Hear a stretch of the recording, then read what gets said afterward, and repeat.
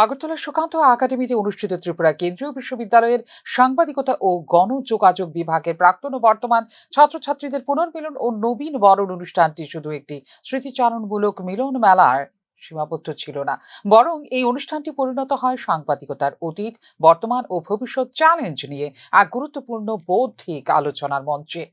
অনুষ্ঠানে উপস্থিত ছিলেন ত্রিপুরা কেন্দ্রীয় বিশ্ববিদ্যালয়ের জার্নালিজম অ্যান্ড মাস কমিউনিকেশন বিভাগের বিভাগীয় প্রধান ডাক্তার সুনীল কলই, অধ্যাপক ডক্টর ধর্মেন্দ্র কুমার দুবে এবং অধ্যাপক ডক্টর দীপক উপাধ্যায়। তাঁদের উপস্থিতি নবীনদের কাছে একদিকে যেমন অনুপ্রেরণার উৎস, তেমনি তৈরি করে অভিজ্ঞতা ও মূল্যবোধের সংযোগস্থল। এই অনুষ্ঠানের অন্যতম গুরুত্বপূর্ণ পর্ব ছিল সম্মাননা প্রদান। ত্রিপুরা কেন্দ্রীয় বিশ্ববিদ্যালয়ের সাংবাদিকতা বিভাগের প্রথম পিএইচডি গবেষক ও ত্রিপুরার বিশিষ্ট সাংবাদিক ডক্টর বিশ্বেন্দু ভট্টাচার্যকে প্রদান করা হয় বিশেষ সম্মাননা। পাশাপাশি বিভাগের প্রাক্তনী ও বিশিষ্ট সাংবাদিক ডক্টর দেবরাজ দেবকেও সংবর্ধিত করা হয় এদিনের অনুষ্ঠানে। এই সম্মাননা শুধু ব্যক্তিগত কৃতিত্বের স্বীকৃতি নয়, বরং সাংবাদিকতার আদর্শ ও পেশাগত দায়িত্বের প্রতিফলন বলেই মনে করছেন সংশ্লিষ্ট মহল।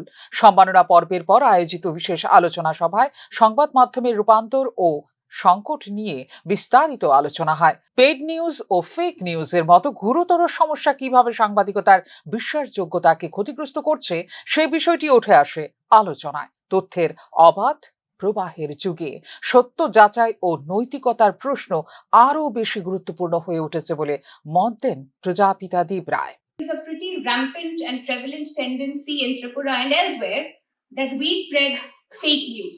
It's a huge problem in. Yeah, can we take that letter because it's very interesting, and this should be answered by another active journalist who had been into the field for several years. So she has highlighted about the kind of fake news, the kind of unrealistic news, the need for proper media literacy for the journalists to be trained. What's the missing link that you found? Either Devraj or Biswendu, can you answer on this? আলোচনা সভায় বক্তব্য রাখতে গিয়ে doctor Bishwendu Bhattacharya বলেন, media এখন একটি পণ্য হলেও সাংবাদিকদের আগে ভালো নাগরিক হতে হবে। তার জন্য প্রয়োজন দক্ষতা, দায়িত্ববোধ এবং সামাজিক মূল্যবোধ। তার এই বক্তব্য সাংবাদিকতার বাণিজ্যিকীকরণ ও সামাজিক দায়িত্বের দ্বন্দ্বকে তুলে ধরে স্পষ্টভাবে। Literacy is something that how you perceive, and education is something which is driven by certificate. But if we talk about the skill development, this is the missing link. I think the skill development is to be the core of our JJMC department, because we have literacy, we are literate. Media literacy, if we talk about the media literacy, we know what is media, how media functions, what kind of information we sell tomorrow. Because I usually tell my people, they see, what you see, it is not an issue. What I see on my eyes, my two eyes, the 40 lakhs people of Tripura will see Tripura tomorrow. So you are not a matter, you are simply a consumer for me. And I am the producer. So if I look it in a turning eye, so this entire product will be taken a dishing. So as a good citizen, my responsibility will be to take a lenient view.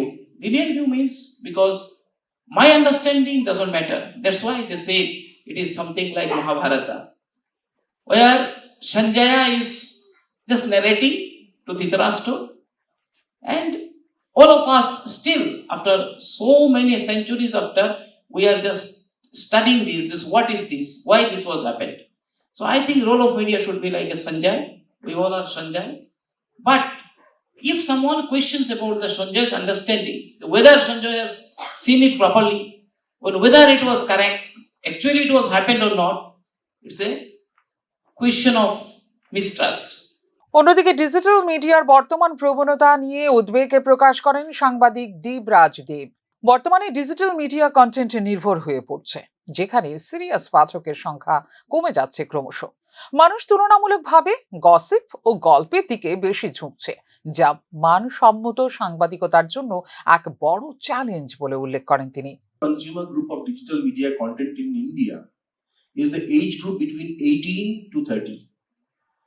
There are, of course, like previously we used to do a lot of guesswork while generating content, right? Which kind of content might use 10 things that you would want to see before you die. This kind of content were there early when we are looking at digital media content. But these days, we have got Google Analytics, we have got Chartbeat, we have got so much kind of determining factors to find out which content is working out, which age group is reading them, what is the prime time for reading them, from which geographical location they're reading, what is the per page and per line sort of author engagement time, readership engagement time. So we find that there is a huge drop in the serious news readership among the new generation readers of India. সব মিলিয়ে শুধু আবেগ ঘন স্মৃতির পুনরাবৃত্তি নয়, বরং সাংবাদিকতার ভবিষ্যৎ দিশা নিয়ে আত্মসমালোচনার একটি গুরুত্বপূর্ণ ক্ষেত্র তৈরি করে এই পুনর্মিলন ও নবীন বরণ অনুষ্ঠানটি। নবীন সাংবাদিকদের কাছে এই আলোচনা নিঃসন্দেহে এক বাস্তব শিক্ষা, যেখানে পেশাগত সাফল্যের পাশাপাশি নৈতিকতা, দক্ষতা ও নাগরিক দায়িত্বকে সমান গুরুত্ব দেওয়ার বার্তা উঠে এসেছে স্পষ্টভাবে। উল্লেখ করা যেতে পারে, ত্রিপুরা কেন্দ্রীয় বিশ্ববিদ্যালয় থেকে জার্নালিজম এবং মাস কমিউনিকেশনে এখনো পর্যন্ত স্নাতকোত্তর ডিগ্রি লাভ করেছেন মোট ৩৩৬ জন। তবে মাস কমিউনিকেশন বিষয়টি রাজ্যের বিদ্যালয় এবং মহাবিদ্যালয়ে পর্যায়ে অন্তর্ভুক্ত না হওয়ায় উদ্বেগ প্রকাশ করা হয়েছে এদিনের আলোচনা সভায়। বিশ্বের বিভিন্ন দেশে মাস কমিউনিকেশন বিষয়টি অন্তর্ভুক্ত রয়েছে বিদ্যালয়ে এবং মহাবিদ্যালয় পর্যায়ে। তবে এখানে বিদ্যালয় ও মহাবিদ্যালয় পর্যায়ে মাস কমিউনিকেশন বিষয়টি অন্তর্ভুক্ত না থাকার কারণে প্রায়শই পেশাদারদের সঙ্গে হচ্ছে দ্বন্দ্ব। বিদ্যালয় এবং মহাবিদ্যালয় পর্যায়ে মাস কমিউনিকেশন চালু করা হলে পরিষেবার মান উন্নয়নের পাশাপাশি সামাজিক শৃঙ্খলারও মান উন্নয়ন হবে বলে উঠে আসে এদিনের আলোচনা সভায়। স্বাভাবিক কারণে এই ক্ষেত্রে সিদ্ধান্ত নেবার জন্য রাজ্য সরকারের প্রতি দৃষ্টি আকর্ষণ করা হয়েছে এদিনের আলোচনা সভায়।